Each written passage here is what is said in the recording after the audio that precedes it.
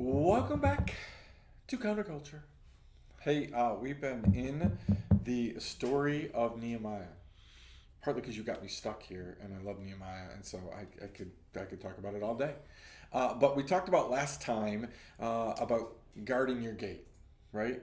Building your part of the wall. Right. So I think it is a super Focus. important principle for doing community together with other people. Right. Right. But there's a You know the image that comes to my mind with that? what? You know what? You're going to get this. A team of horses. Team of horses. And when you turn them, what does the inside horse, what does he do? He walks little steps. Marks time. Basically marks time, the other one's pulling. What do you do with the team horse? Like a 6-horse hitch. You put the big horses on the end because they're the ones pulling, or at the closest to the wagon because they're pulling the most weight. The other ones, there's wing horses, and they know what to do. Swing horses, rather, I mean. And so they know what to do. Each one knows their part. Super important. Because Otherwise you have a problem. you got Houston, we have a problem. A very Yes. big problem. Right. All right. All right, so we're building our wall. Nehemiah came up with a great plan, assigned families. First of all, families are going to take care of each other. Right? They're not going to leave each other to go help other people when they need help, right? So it's important. They're building it up. Everything's going well. And then we get to Nehemiah chapter 4, right? And there's a really good principle here because, again, it's not that we're never to help other people. It's not that we're always just mind our own business, do our own thing. But there's reasons. So we look at verse 15, right? Let me read some familiar verses to you. It says, when our enemies heard that it was known to us and that God had frustrated their plans, we all returned to the wall, each to his work. From that day on, half of my servants worked on construction, half held the spears, shields, bows, and coats of mail. And the leaders stood behind the whole house of Judah, who were building on the wall. Those who carried burdens were loaded in such a way that each labored on the work with one hand and held his weapon with the other. I don't know how often you've carried a sword around with you all day long, but I highly suggest you should do it to get a point of this, right? But it said this, and each of the builders had his sword strapped at his side while he built. The man who sounded the trumpet was beside me, and I said to the nobles and to the officials and to the rest of the people, the work is great and widely spread, and we are separated on the wall, far from one another. In the place where you hear the sound of the trumpet, rally to us. Our God will fight for us. So Nehemiah realized that there's an enemy, right? And that the enemy was trying to thwart the building of the wall. He was trying to cause damage. And so Nehemiah came up with this plan that, hey, listen, we're going to work and be prepared. So we're not going to get so focused on the work that we're not prepared for the enemy. And we're not going to be so prepared for the enemy that we're not getting any work done, right? So he came up with the plan of that, hey, when you hear the trumpet sound, right? When that sound comes to your ear, right? Then you need to run to where the sound is, right? Run to where the trumpet is, because that's where the enemy is, right? That's where the enemy is, and you join there in the fight, right? Drop what you're doing when you hear the sound of the trumpet and come to that sound, because the enemy is trying to get through and we need to fight together. Otherwise, you need to be prepared, you need to be working and accomplishing what God has called you to accomplish. But when you hear that sound in your ear, know that there's a battle going on and you need to join. You need to come. You need to help. Does that make sense? Right? So we take that principle and we look at it and we say, how do we apply that to what we're doing in our church? Because I think, again, it's an extremely important biblical concept, right? When we hear the trumpet, right, that's when we go and we help. We're not looking, we're not guessing, we're not saying, oh, hey, it looks like the enemy's wall needs some help, we better get over there and help him, or it's a little lower than everybody else's, so the enemy's going to come over. No, we wait until basically God sounds the alarm and says, hey, you need to join right now in what's going on. How do we apply this to what we're doing, to our work today?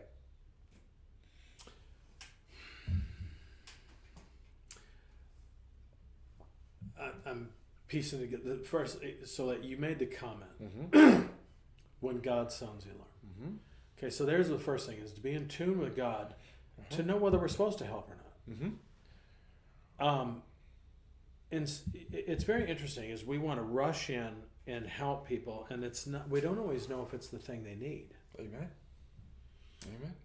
Several years ago, when I was on a Thanksgiving day, and I'm sitting in the house, and I can feel my heart racing, and I'm gasping for air and stuff, and so I did the right thing. I drove myself to the emergency room, and because I thought it was the big one, Elizabeth, and some of you will understand that reference, some of you won't, and so I get there, and they go, "What are you in here for, sir?" And I said, "Well, they said, go over there and we'll call you." And there's other people, and all of a sudden they're like shuttling me in there.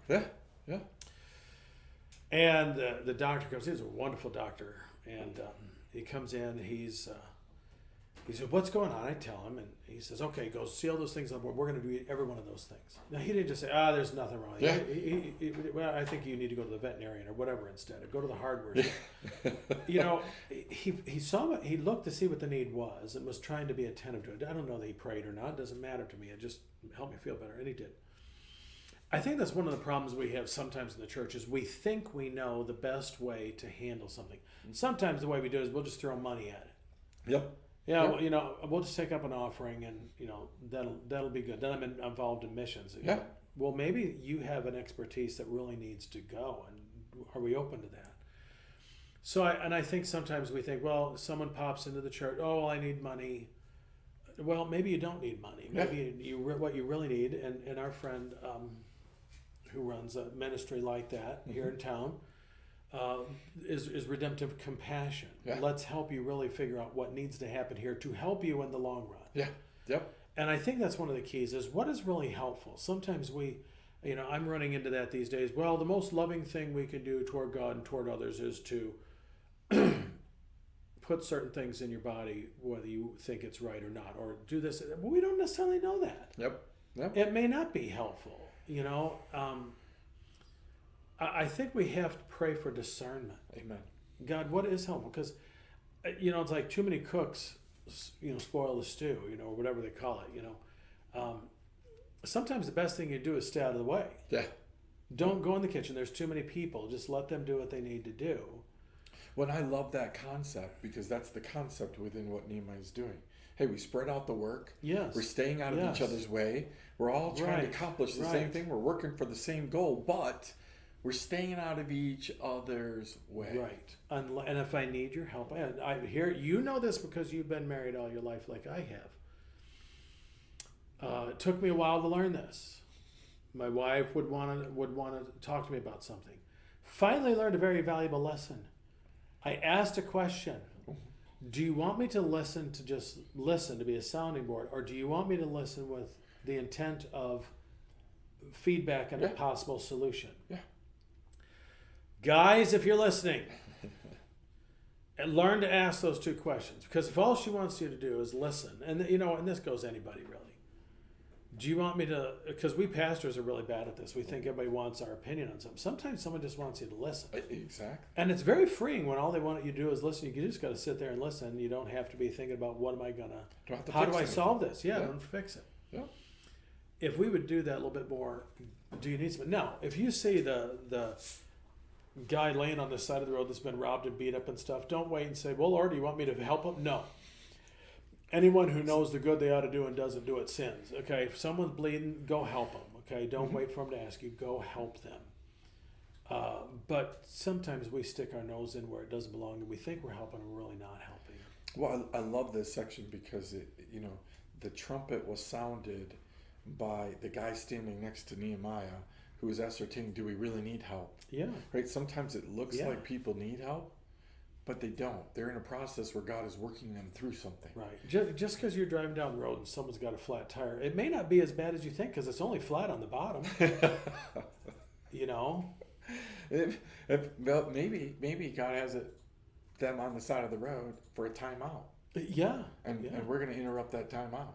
Yep. Right. And I think again, it's why we wait for the trumpet call. We wait to join. We like to rush in to rescue people. In counseling situations, in recovery situations, things like that I've been involved in. We want to fix it for them. We don't want them to suffer. We don't want them to feel bad. So here's one of the things though. Someone starts crying. What do? We hand them a Kleenex, a tissue rather. Mm-hmm. Okay.